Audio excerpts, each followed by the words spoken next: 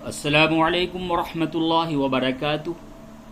دوستو، یہ اردو کا سبق ہے اور آج کے اس سبق میں ہم بہت ہی اہم جزو اردو کا بہت ہی اہم سبق آج پڑھایا جائے گا، جس میں عام طور سے دشواری ہوتی ہے۔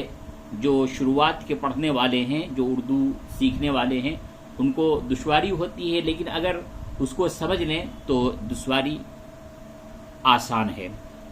تو یہ آپ دیکھ رہے ہیں آج کے سبق کے اندر نون، بغیر نقطے والا نون۔ نون کے اندر ایک نقطہ ہوتا ہے، لیکن جو آج کا یہ جو آپ سبق پڑھنے جا رہے ہیں یہ بغیر نقطے والا نون ہے، اور بغیر نقطے والے نون کو اردو میں نون غنہ کہتے ہیں۔ نون غنہ۔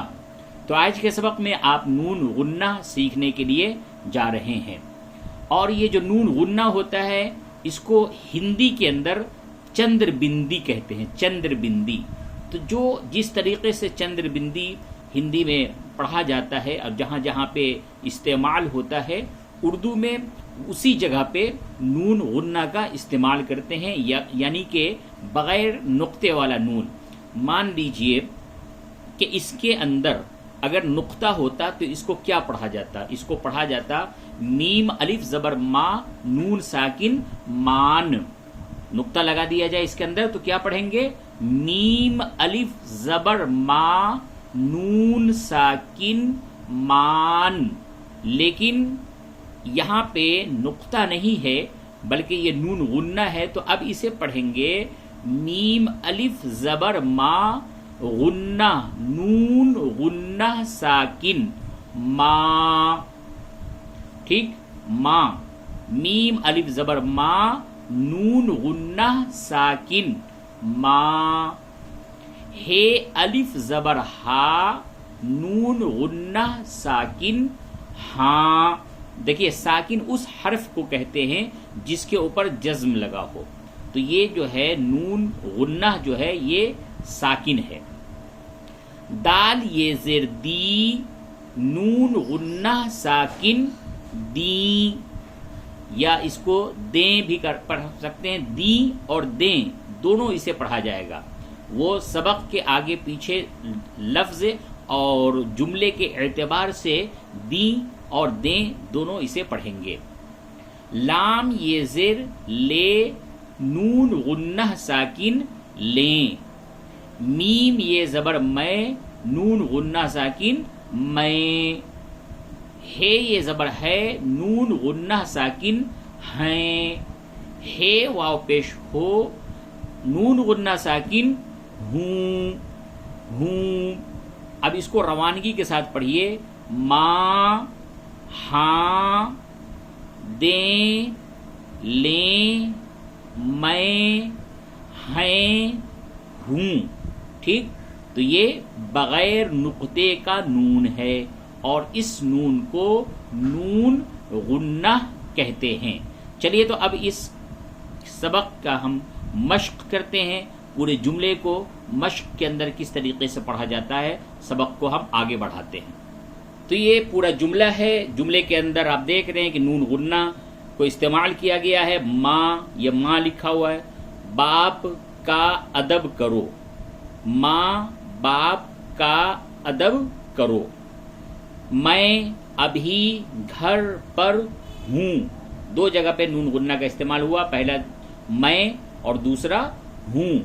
اب اس کو جملے میں بتایا گیا، میں ابھی گھر پر ہوں۔ آپ آم کھا لیں، کھا لیں، لیں کھا لیں، نون غنہ کا استعمال ہو رہا ہے۔ ہاں ہم پان لا دیں، ہاں، تو یہ ہاں نون غنہ استعمال ہوا ہے۔ ہاں ہم پان لا دیں، تو آپ نے نون غنہ کو سمجھ لیا ہوگا۔ چلیے اور زیادہ مزید آگے اس کا مشق کرتے ہیں، نون غنہ کا مشق کرتے ہیں۔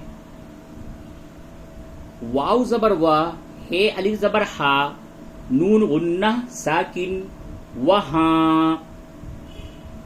یہ زبر یا ہے الف زبر ہا نون غنہ ساکن یہاں۔